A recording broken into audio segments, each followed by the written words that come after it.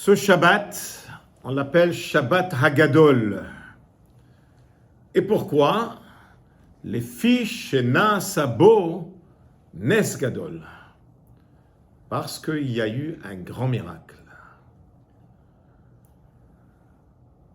Intéressant que dans le Tour, il dit que le miracle était parce que les Juifs ont pris l'idole des Égyptiens pour l'égorger, l'agneau. Et les Égyptiens, ils ont demandé aux Juifs, qu'est-ce que vous faites? Ils ont dit, on va égorger. C'est marqué que le miracle était très grand parce que les Égyptiens étaient très énervés. Ils ont entendu qu'on va égorger leur idole. Et ils n'ont rien dit. Ça, c'est l'explication qui est apportée dans le Tour. Dans le Shulchan Aruch Harav, il amène une autre explication. Il dit parce que les Égyptiens, quand ils ont vu ce qui se passe, ils ont demandé « Qu'est-ce que vous faites ?» Ils leur ont dit « Parce que Dieu il va tuer tous les aînés. » Les aînés, ils ont eu peur, ils sont partis voir Paro et leurs parents. Ils ont dit « Faites libérer les Juifs. » Ils ont dit « Non. » Alors ils ont commencé à se tuer entre eux.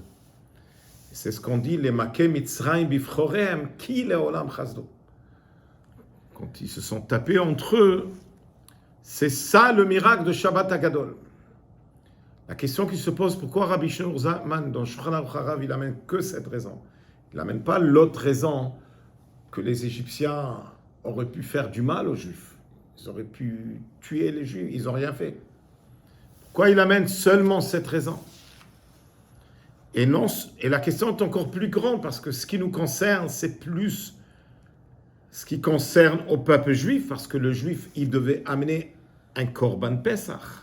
Et au moment qu'il était en train d'amener un Korban Pesach, il était en train, comme il dit le pasuk, Mishru ukru, disent nos sages, Mishru yedechem me'avod hazara, ukru lachem tzon shemitzvah, ils sont en train de se retirer de l'idolâtrie.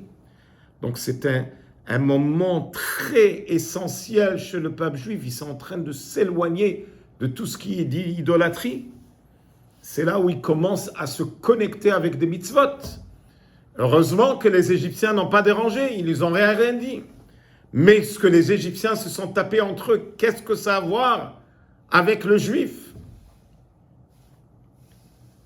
Et quand même, il écrit dans Shulchan Aruch Harav que Shabbat Hagadol a été fixé seulement pour ce miracle que les Égyptiens se sont tapés entre eux. Le Rabbi, il explique, il dit, il faut comprendre que la fête de Pessah, c'est tellement, tellement fort et puissant. On voit que 50 fois dans la Torah, on parle de la sortie d'Égypte. Il n'y a pas une journée qu'on ne mentionne pas la sortie d'Égypte. En général, tous les mitzvot sont basés sur la sortie d'Égypte. Qu'est-ce qu'il y a de particulier avec cette sortie d'Égypte? C'est parce que Chag HaPesach, c'est la naissance du peuple juif. Comme il dit très clair dans le pasuk que la sortie d'Égypte, c'était la kachat lo goy, mikerev goy. Ça veut dire que le peuple juif en Égypte, ils étaient comme un bébé dans le ventre de sa mère. Alors avant la sortie d'Égypte, les Juifs étaient connectés avec les Égyptiens. Ils étaient considérés comme un seul peuple. Et c'est pour cela que ce miracle, les Maké Mitzrayim Bifcherem, est connecté avec les Juifs comme ils sont dans le niveau qui sont connectés avec les Égyptiens. Et le Rabbi l'explique, il dit comme ça, parce qu'à part la sortie d'Égypte, il y a un point essentiel qu'il faut casser la clipa de Mitzrayim. Il faut transformer l'obscurité à la lumière. Et c'est ce qui est arrivé quand les Égyptiens se sont tapés entre eux. Parce que les aînés des Égyptiens, ça montre sur la puissance de l'Égypte. Et ça, on l'appelle Nes Gadol. C'est pas juste un miracle qui dépasse, qui est au-dessus de la nature. Comme ce miracle que les Égyptiens n'ont rien agi quand on leur a dit qu'on va égorger votre idole. Nes Gadol veut dire que la nature change et se transforme. À tel point que l'autre miracle ne prend pas de place. Parce qu'on parle ici d'un miracle grandiose. La nature qui change. Les Égyptiens, ils ont vu les Juifs se préparer à faire Pessah. Et ça a eu un impact sur eux. Ça les a cassés. Ça les a annulés. À tel point qu'ils ont commencé à faire la guerre pour qu'il faut sortir les Juifs. Les Mak et Mitzrayim Ifrodéem.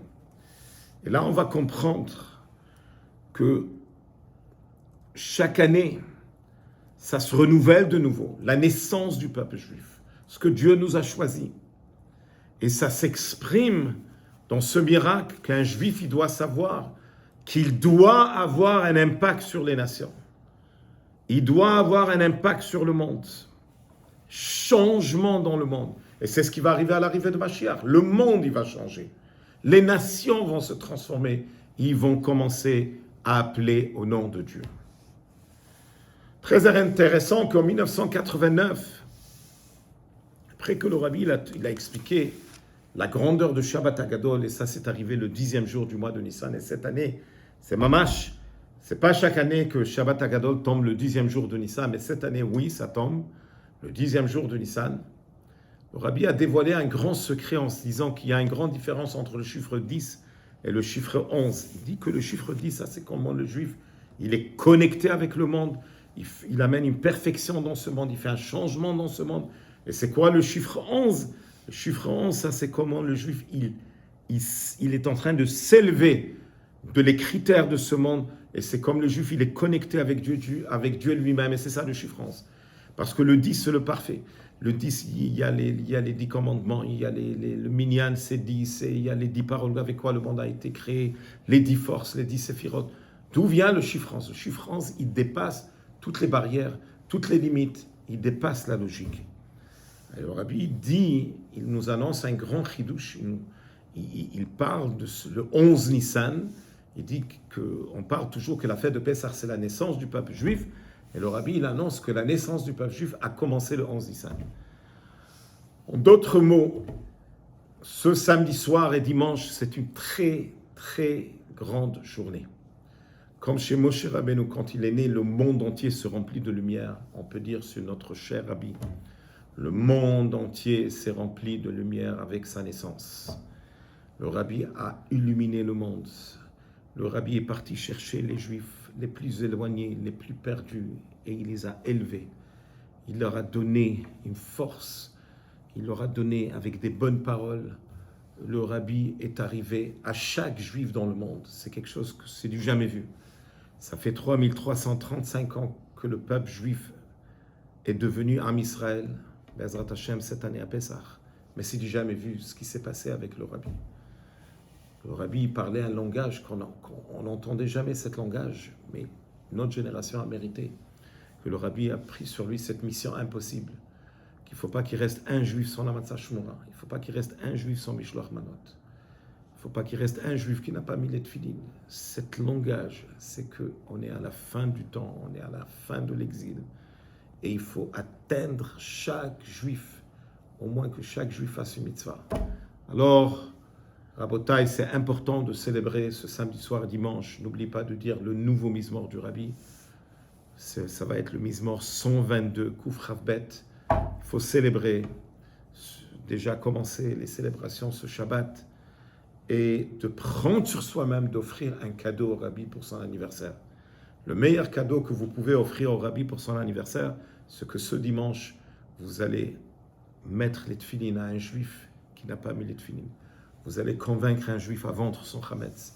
Vous allez offrir à un juif de la matzah shmura, qui est la nourriture de la émouna et la nourriture de la guérison. Et que c'est tellement important de nos jours.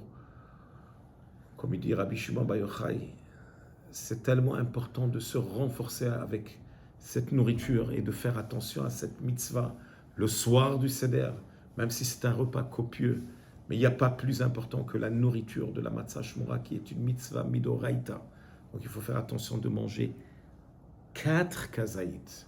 Tous les adultes, hommes, femmes, tous les adultes, on a cette mitzvah de manger les 4 kazaït, qui est entre 28 à 30 grammes.